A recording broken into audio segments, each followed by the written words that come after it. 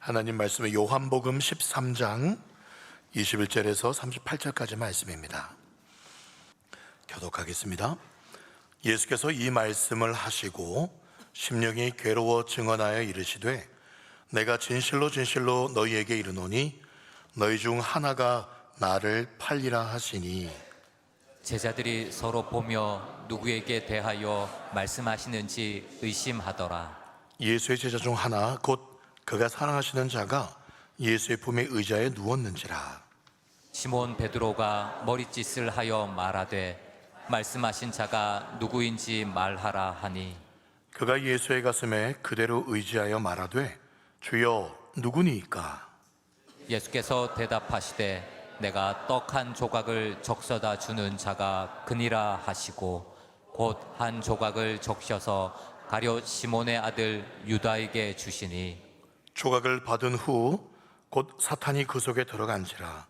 이에 예수께서 유다에게 이르시되 내가 하는 일을 속히 하라 하시니.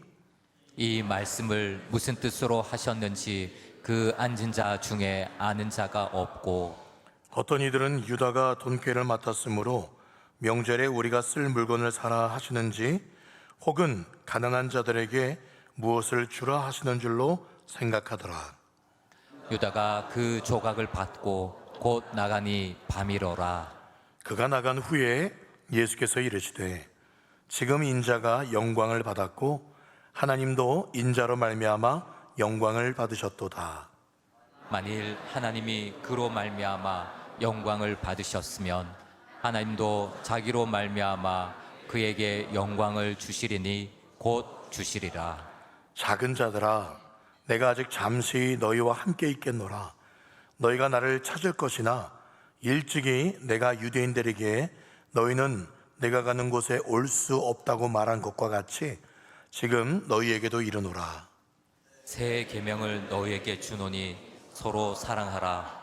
내가 너희를 사랑한 것 같이 너희도 서로 사랑하라. 너희가 서로 사랑하면 이로써 모든 사람이 너희가 내 제자인 줄 알리라. 시몬 베드로가 이르되 주여 어디로 가시나이까? 예수께서 대답하시되 내가 가는 곳에 네가 지금은 따라올 수 없으나 후에는 따라오리라. 베드로가 이르되 주여 내가 지금은 어찌하여 따라갈 수 없나이까? 주를 위하여 내 목숨을 버리겠나이다. 예수께서 대답하시되 내가 나를 위하여 내 목숨을 버리겠느냐? 내가 진실로 진실로 내게 이르노니 닭 울기 전에 내가 3번 나를 부인하리라. 아멘.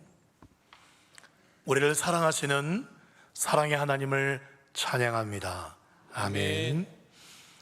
1998년 10월부터요 2000년 4월까지 약 2년간 유아 아이들부터 시작해서 어른에 이르기까지요 전 국민을 사로잡았던 한 어린이 프로그램이 있었어요.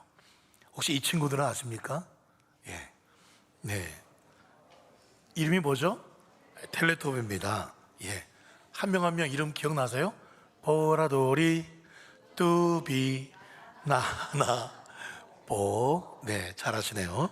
네, 저 텔레토비 이 프로그램의 스토리는 매우 단순합니다. 예, 아침에 해가 떠오르죠. 예, 해가 딱 떠오르면서 그리고 또 동산 중간에서 텔레토비들이 막 튀어나와요. 튀어나와서는 지들끼리 웃으면서 껴안고 아이 좋아 아이 좋아. 예, 그게 다예요. 계속 아이 좋아 아이 좋아 행복해 까르르 이게 다인데 이게요 영국에서 만든 프로그램이에요. 더빙해서 전 세계로 이렇게 흩어졌는데 전 세계 아이들을 사로잡았어요. 이유가 뭔가 전문가들이 분석을 해봤대요. 해보니까 얘네들이 이야기하는 게 굉장히 느릿느릿하게 이야기를 하죠. 쉬운 말을 씁니다. 계속 반복해요. 그게 이 나이 어린 한 2살, 3살, 4살 이런 애들의 마음을 사로잡는 거래요. 근데 신기한 게 뭐냐면 이 느리고 반복되는 내용에 어른들 같이 보고 있던 엄마나 아빠는 뭐야 저게 그렇게 지루해 하다가 어느새 어른들도 저게 빠져들더라는 거예요. 예. 도대체 지금 어른들은 왜 저게 빠져드는가? 전문가들이 연구를 해보니까요, 참 저 분위기가 평화롭고 따뜻한 그런 배경 화면이 있잖아요. 그리고 저 4명의 텔레토비 친구들이 아무 고민 없이 단순하게 그렇게 살아가는 모습이 삶에 지친 그 어른들의 마음을 동심의 세계로 그렇게 이끌어 주어서 어른들도 굉장히 좋아한다는 거예요. 이 친구들이 늘 하는 말이 아이 좋아, 아이 좋아, 행복해, 그런 말을 하죠. 또 분위기도 막 언덕에서 어디 같아요? 꼭 천국 같아요. 그런데요, 우리가 들으면은 계속 반복되는 말, 아이 좋아, 아이 좋아, 행복해, 사랑해, 이런 말이 처음에 지겨운데 아이들은요, 그게 하나도 안 지겨운 거예요. 늘 매일 틀면 매일 아이 좋아, 행복해, 사랑해요. 그런데 아이들은 하나도 안 지겨워요. 여러분, 오늘 느닷없이 설교 때 텔레토비아 이야기를 한 이유는 어제나 오늘 이 주보의 제목을 보신 분들은 또 이런 생각 하실지 모르겠어요. 오늘도 사랑 설교야? 오늘도 사랑 타령이야? 혹시 그런 마음 드신 분 계십니까? 그런 마음이 들었다는 것은 여전히 그 마음에 사랑이 필요하다는, 사랑 설교가 필요하다는 증거 아니겠어요? 사실 그런데 저도 어쩔 수 없었습니다. 지금 요한복음 순서에 따라 설교를 하다 보니 오늘도 이 본문이에요. 너희가 서로 사랑하라. 그러나 여러분, 이 사랑 설교에, 이 사랑에 지겹지 않으셔야 합니다. 여러분, 이 사랑이요, 우리가 믿는 신앙의 핵심이에요. 여러분, 예수님의 이 사복음서에 나오는 모든 말씀이 한마디로 뭐예요? 사랑이에요. 성경 전체가 뭡니까? 하나님의 사랑이에요. 그리고 우리도 서로 사랑하라는 거예요. 그래서 듣고 또 들어도 질리지 않는 말, 사랑이어야 합니다. 들으면 들을수록 더 행복한 말, 사랑이어야 합니다. 왜요? 지금도 우리 하나님과 예수님과 성령님은 사랑으로 충만하세요. 그래서 오늘 또 이 사랑에 관해 들어도 어떤 반응? 아이 좋아, 아이 좋아, 아이 행복해 할 수 있기를 간절히 바랍니다. 여러분, 지금 사실 예수님이요, 사랑 타령하실 때가 아닙니다. 21절 보십시오. 예수께서 이 말씀을 하시고 심령이 괴로우세요. 왜요? 지금 곧 한 제자는 예수님 팔 거고 다 도망갈 걸 아시기 때문에. 그런데 보세요, 내가 진실로 너희에게 이르노니 너희 중 하나가 나를 팔리라. 예수님 팔리는 것 때문에 괴로운 것도 조금 있겠지요. 십자가 고통, 그거 생각하면 괴로울 수도 있겠지만 그 가룟 유다가 어떻게 될 거라 아시니까 더 괴로우셨던 거예요. 이 말을 들었던 제자들이 단순하게 생각해요. 22절, 제자들 서로 보며 누구에게 대하여 말씀하시는지 의심하더라. 누구를 말하는 거예요 도대체? 그랬다 그 중에 아주 성격이 급한 베드로가요, 예수님 바로 옆에, 늘 예수님 옆에 기대어 있던 요한에게 묻습니다. 24절, 시몬 베드로가 머리짓을 하여 말하되 요한아, 지금 예수님 말씀하신 자가 누구인지 한번 여쭤봐. 그래서 요한이 묻죠. 25절, 그가 예수의 가슴에 그대로 의지하여 말하되 주여, 방금 말한 그 판다는 사람이 누굽니까? 그러자 26절에 예수께서 대답하시되 내가 이 떡 한 조각을 적셔다가 주는 그 사람이 팔 거야. 그러면서 가룟 유다에게 이 떡을 전해줍니다. 학자들은요, 예수님 오른쪽에 이 요한이 앉아있을 거라고 생각하고 예수님 왼쪽에 가룟 유다가 앉아있을 거라고 생각합니다. 그래야 예수님 바로 손으로 줄 수 있기 때문에. 이 초회 만찬에서 초회 만찬 그림이 여러 가지가 있습니다만은 학자들 생각은 그래요. 바로 전해줄 수 있는 거리, 그래서 바로 왼쪽에 유다가 있었을 것이라고. 이 당시에 그 주빈, 그러니까 이 식사를 여는 그 주빈의 바로 왼쪽에 있는 사람을 가장 중요한 사람을 앉힌다고 합니다. 그 자리에 가룟 유다를 예수님이 앉힌 거예요. 왜 그러셨을까요? 끝까지 가룟 유다가 돌아오길 바랐던 겁니다. 그런데 어떤 일이 벌어져요? 27절에 이 떡 조각을 받은 후 사탄이 가룟 유다 마음에 들어갑니다. 사실 여러분 2절에서요 이런 말씀이 있었어요. 마귀가 벌써 시몬의 아들 가룟 유다의 마음에 예수를 팔려는 처음에는 뭘 넣었어요? 생각을 넣었어요. 그런데 읽었던 27절에서 뭐라고요? 사탄이 그 속에 들어갔다. 여러분 사탄이 생각만 넣어주는 거하고요 사탄이 완전히 우리 마음속에 들어간 거하고는 하늘과 땅 차이예요. 여러분 지금 예수님은요 가룟 유다가 예수님을 팔려고 하는 거 아시면서 성찬식을 여셨어요. 그리고 지난주에 말씀드린 것처럼 유다의 발까지 씻어줬습니다. 뭡니까? 계속 유다에게 돌이킬 기회를 주셨던 겁니다. 돌이킬 기회가 있었어요. 그런데 그 마음을 지키지 않고 사탄이 주는 생각, 그래 팔아야지, 파는 다음에 어떻게 하고 이 돈 가지고 뭘 해야지, 거기에 완전히 돈에 휩싸이니까 사탄이 완전히 삼켜버린 거예요. 그래서 여러분 잘 아시는 말씀이지만 늘 하루에 한 번씩은 이 말씀을 여러분 외우셔야 됩니다. 잠언 4장 23절 같이 읽어볼까요? 시작. 모든 지킬 만한 것 중에 더욱 내 마음을 지키라. 생명의 근원이 이에서 남이니라. 아멘. 이런 가운데 예수님이 제자들에게 지금 무슨 말씀 하실까요? 곧 한 명이 날 팔 거고, 베드로 나 부인할 거고, 너 다 도망갈 거야. 정말 너희들이 이럴 수 있어? 정신 똑바로 차려야 돼. 가만 안 둬. 너희들 그렇게 많은 게 아니라 34절 말씀, 새 계명을 너에게 주노니 서로 사랑하라. 내가 너희를 지금도 사랑한단다. 그것처럼 너희도 서로 사랑해야 돼. 그렇게 말씀하고 있어요. 이게 말이 됩니까 여러분? 지금 이미 한 명은 예수님 팔려고 지금 도망간 상태예요. 곧 다 도망가고요, 베드로는 예수 모른다고 3번 저주하면서 부인할 상황입니다. 그런 상황을 아시면서도 나 여전히 사랑해. 지난주 말씀 1절 기억하십니까? 그럼에도 끝까지 사랑하십니다. 끝까지.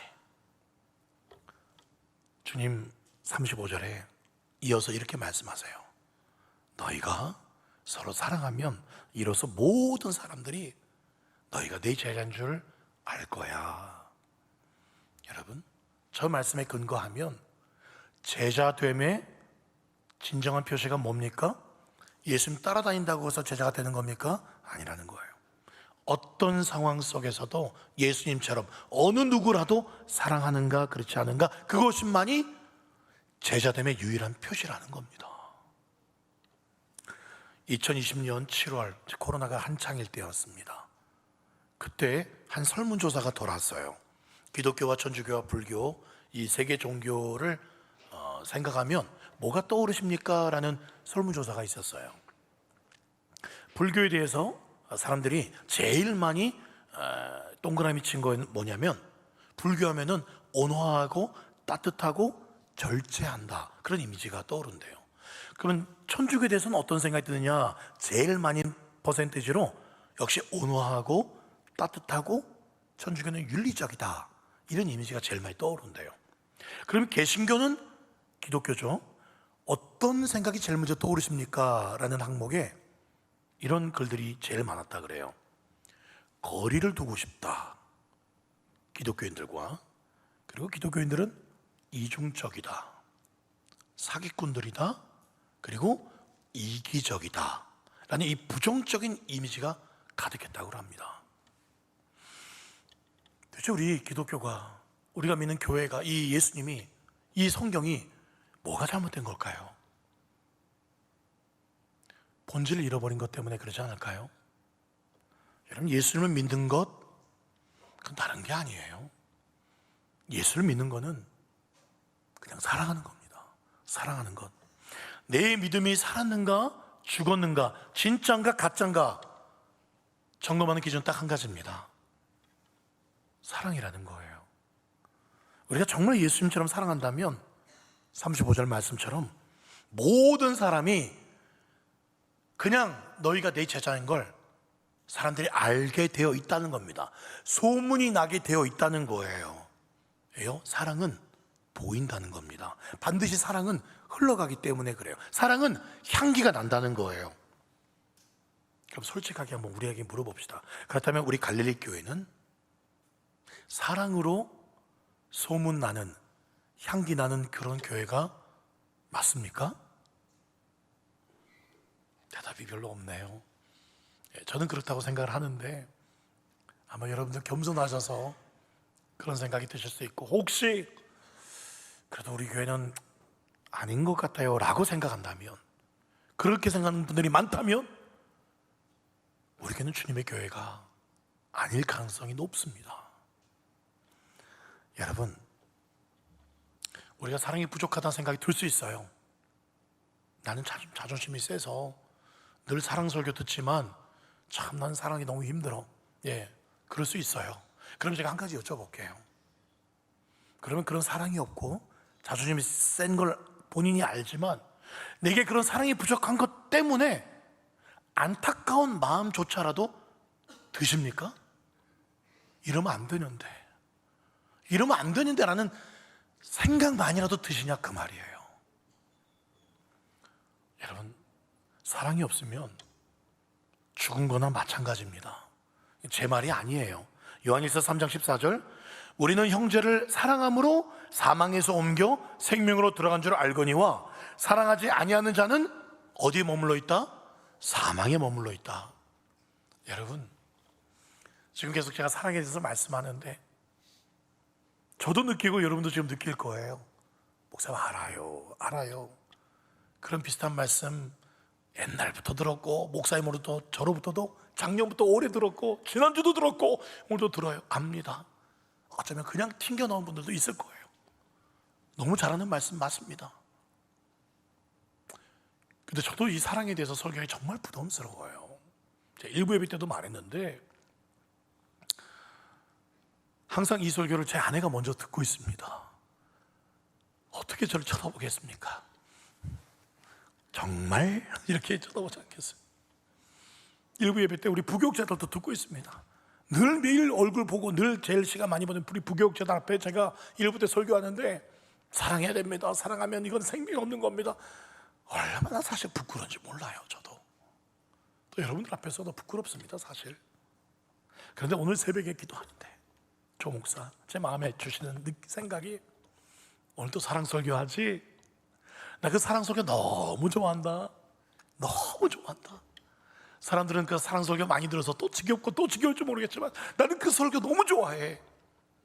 그런 마음을 부으시는데, 그 마음 부으시는데 사실 주중에는요 제가 설교 이 본문을 넘어 뛰려고 그랬어요. 14장 넘어가려고 그랬어요. 지난주도 세족씩 발 씻어주고 사랑하라 설교했잖아요.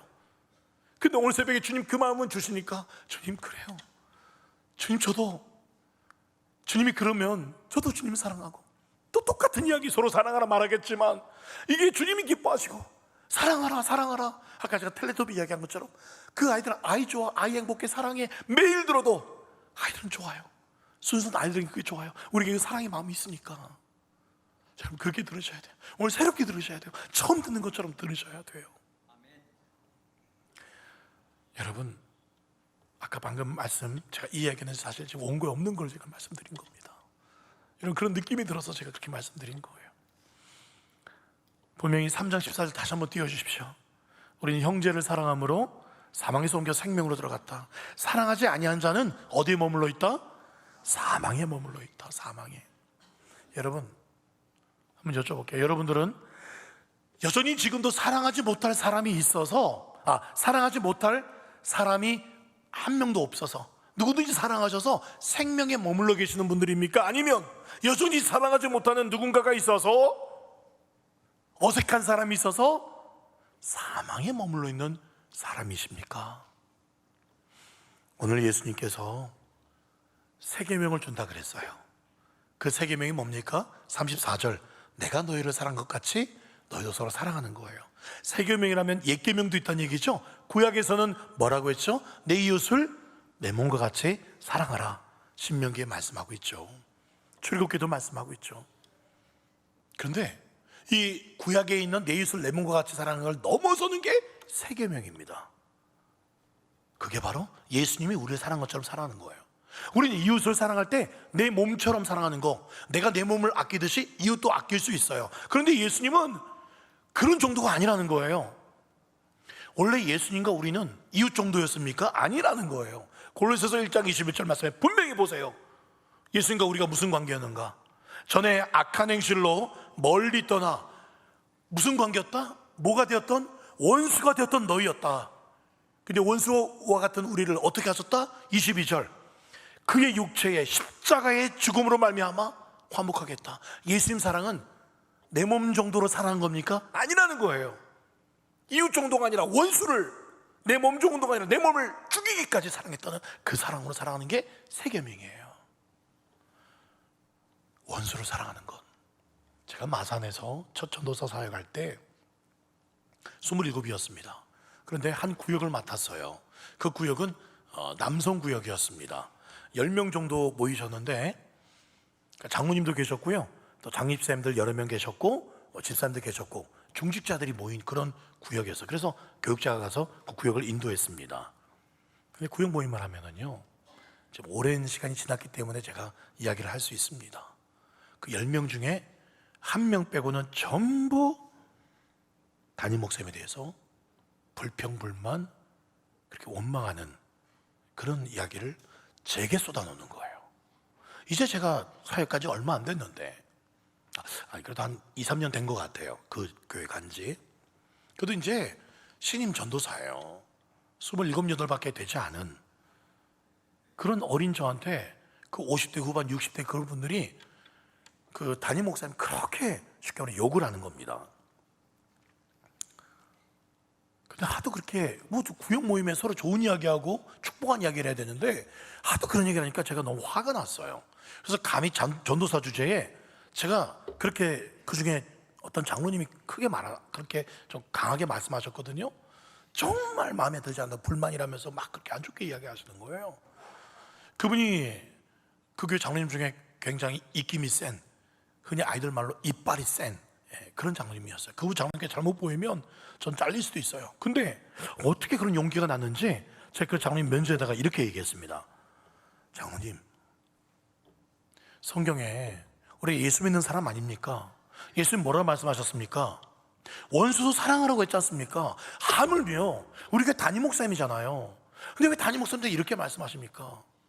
아무리 불만이 있어도, 아무리 그냥 호랑이 같이 아주 그렇게 좀 세고 그렇게 해도 원수도 사랑하라 그랬는데 우리가 어찌 담임 목사님을 사랑하지 못할 수 있겠습니까? 제가 정말 그렇게 말했어요. 예. 그렇게 말하니까 장로님과 그분들이 좀 조용해졌어요. 근데 사실 저도 어떻게 그런 용기로 그렇게 말했는지 모르겠습니다. 그러나 저는 그 장로님과 그 집사님, 장립사님들의 마음이 충분히 이해가 되었어요. 왜냐하면 저도 그 담임 목사님이 너무 무서웠고 너무 사역을 힘들게 하셔서 사실 저도 담임 목사님 사랑하지 못하고 있었거든요. 그러나 그걸 어떻게 표현합니까? 그걸 어떻게 합니까? 그래도 성경 말씀이 원수도 사랑하라고 하는데, 저도 거기서 맞장구 쳤으면 큰일 났어요, 정말. 그래서 맞습니다. 그렇게 한 사람도 있어요, 교육자 중에. 근데 차마 전 그렇게 할 수가 없었어요. 성경 말씀이 전 가르쳐야 되는 사람이잖아요. 그래서 그렇게 말했더니 조용해졌어요. 여러분, 김동호라는 목사님이 계세요. 유튜브에 보면 날기새, 날마다 기막힌 새벽 계속 그 유튜브 설교하시는 분이고, 유명한, 우리 한국교회 유명한 분이기도 합니다. 그런데 그분이 이런 설교를 하셨어요. 평생 사역하는 중이죠. 이분이 은퇴하셨는데 정말 힘들었던 한 교인이 있었대요. 이분은 부당하다고 생각이 되면 참지를 못하고 할 말을 다 하는 분이래요. 그래서 교인들하고도 충돌 일어나고 목사님하고도 충돌 일어나고, 이분이 교회를 돌고 돌아서 김동호 목사님 교회까지 왔는데 어떤 교회를 갈 때마다 충돌 안 일어나는 경우가 없었어요. 그러면서 항상 그분은 내가 옳다고 생각한 거예요. 그분이 늘 입에 달고 살았던 말은, 나는 목에 칼이 들어와도 할 말은 하는 사람이야. 그 덧붙여서 무슨 말 하냐면, 내가 언제 틀말 하는 거 봤어? 내 말이 틀렸어? 그 말을 항상 하시더라는 거예요. 그런 것 같아요. 교회마다 꼭 그런 분이 있어요. 난 한 번 아니면 아니야. 난 내가 틀만 했어? 내가 틀만 했어? 막 방울뱀 소리 내고 방울뱀 소리 내면서 막 그런 분들이 있어요. 여러분, 그렇게 정의롭게 옳은 말을 하시는 분들이요, 그 목사님 말에 의하면 그래요. 이상하게 교회에 도움이 하나도 안 되더라는 거예요. 오히려 그분이 할 말이 틀린 말은 아니거든요. 그런데 옳은 말, 틀린 말은 아닌데 교회에 도움이 하나도 안 돼, 더 힘들게 하더라는 거예요. 옳은 말을 하는데 왜 교회가 더 힘들어질까요? 고린도서 13장 말씀에 아무리 사람이 천사의 말, 옳은 말을 한다 해도 무엇이 없으면, 사랑이 없으면 아무것도 아니라고. 상대방을 사랑하는 마음 없이 옳은 말 그렇게 한다는 것은 소용이 없다는 거예요. 소용이 없는 정도가 아니라 전혀 소용이 없는 거예요. 그냥 안 하는 게 좋아요. 옳은 말 자체를 안 하는 게 좋아요, 사랑이 없다면. 그렇다고 해서 교회 안에서 뭐 틀린 거를 틀렸다고 말하지 말라, 바른 말을 하지 말라는 게 아닙니다. 옳은 말이라도요, 사랑으로 하는 거, 그게 중요하다는 겁니다. 그래서 사랑이 없으면 똑똑해도 소용이 없고요, 사랑이 없으면 정직해도 소용이 없고요, 사랑이 없으면 바른 말을 해도 소용이 없고요, 사랑이 없으면 아무것도 아닙니다. 예수를 믿지 않는 사람들, 그분들은 어떻게 삽니까? 직장 생활할 때 나랑 상관이 없는 사람, 또 직장 상사 원수 같아요. 사랑할 생각 없어요. 그렇죠? 그런데 비즈니스 관계니까 적당히 선만 유지하면서 넌 너대로 살아라, 난 나대로 산다, 그렇게 살면 된다고 생각을 해요. 자기계발서 항상 베스트셀러 올라와 있죠. 대부분 그래요.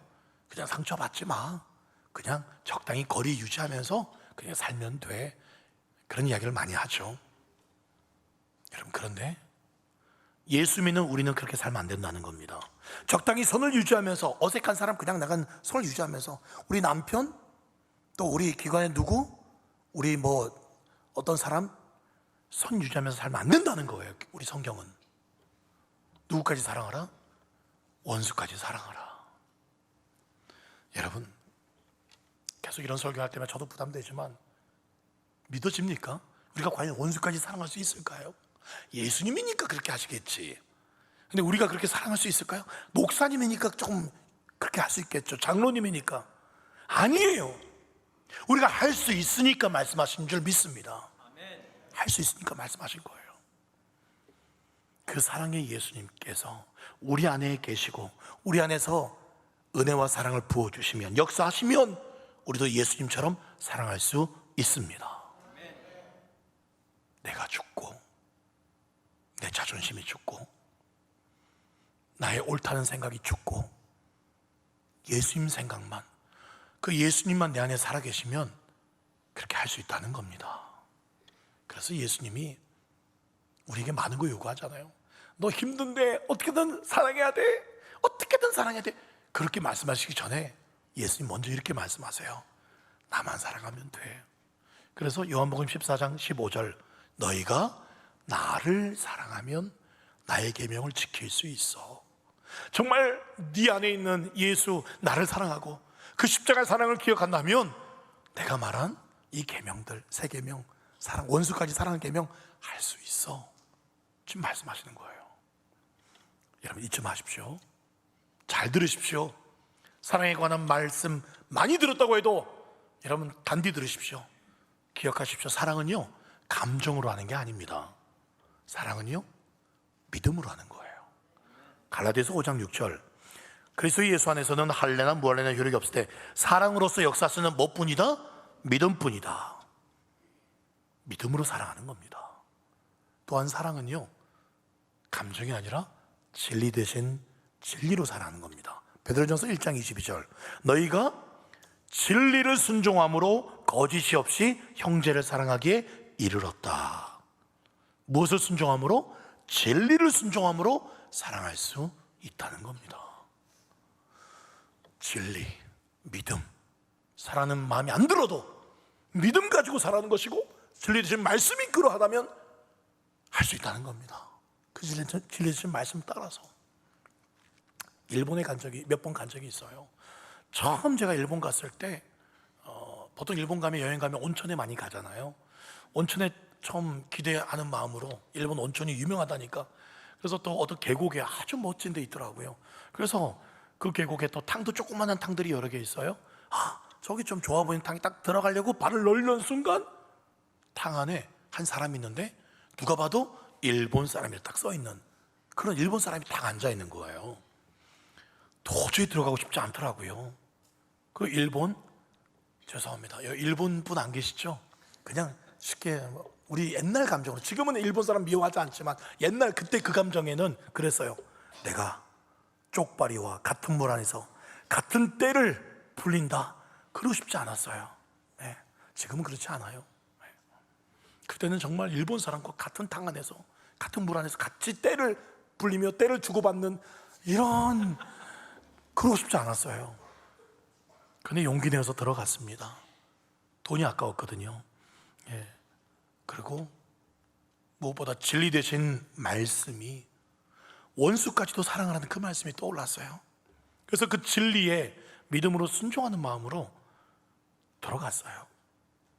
그런 마음으로 들어가서 같이 이렇게 또 목욕하니까 그 사람이 참 긍휼히 여겨지더라고요. 긍휼히 여겨지는 마음이 들더라고요. 여러분, 누가 원수를 사랑할 수 있을까요? 믿음으로 진리에 순종하는 사람이 원수를 사랑할 수 있습니다. 그렇기에 믿음이 있다면요, 진리에 순종하는 마음이 있다면 사랑하셔야 됩니다. 여러분, 더 떨리는 말씀이 있어요.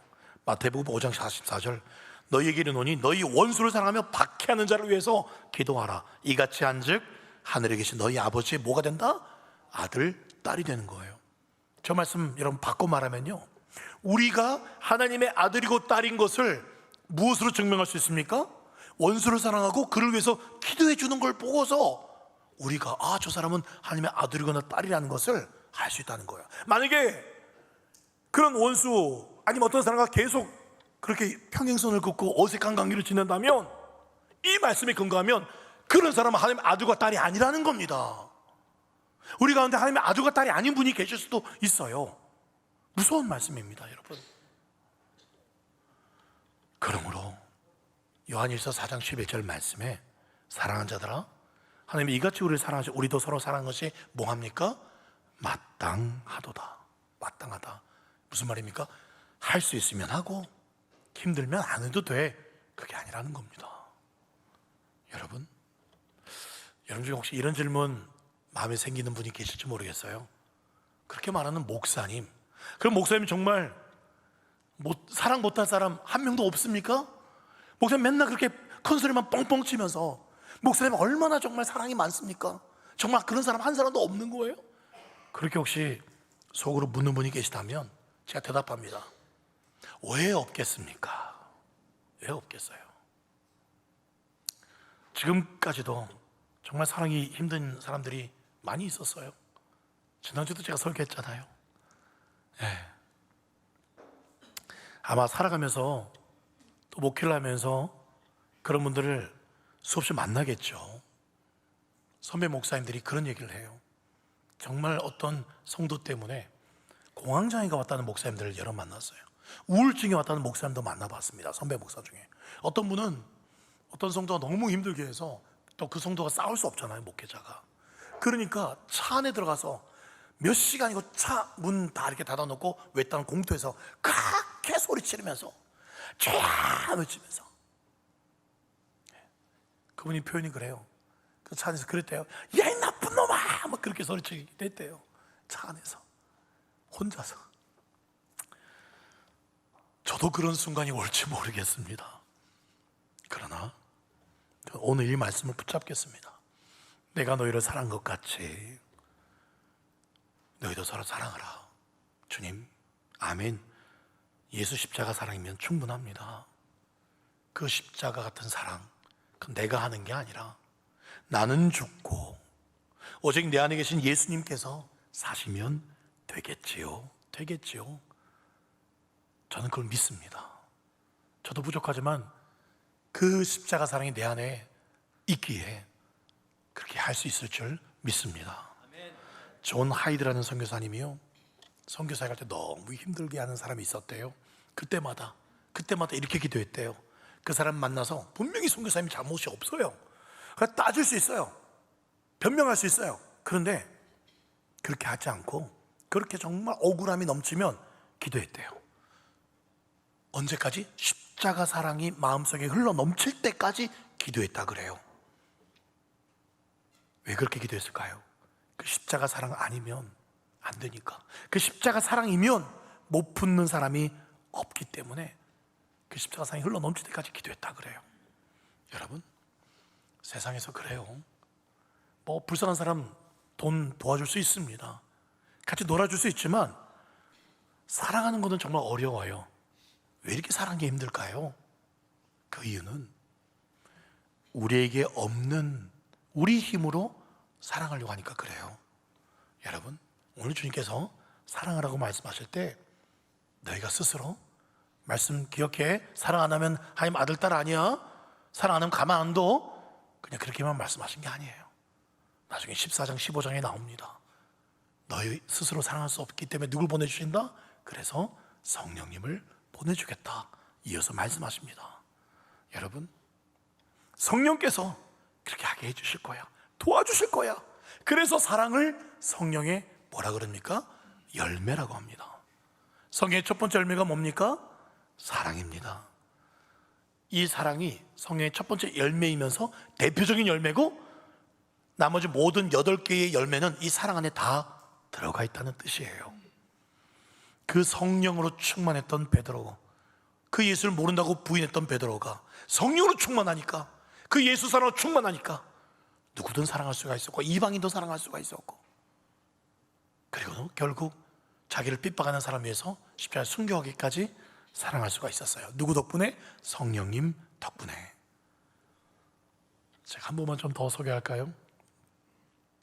윤영봉이라는 목사님이 계셔요. 이분이 돌아가셨는데요, 목회를 하다가 정말 생선 가시처럼 다루기 힘든 그런 성도님들이 있대요.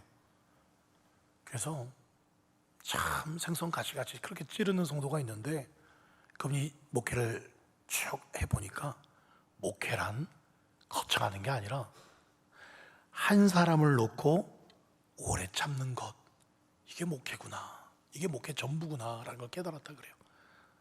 그 한 사람 놓고 그냥 참는 거, 그게 목회고 그게 사랑이구나.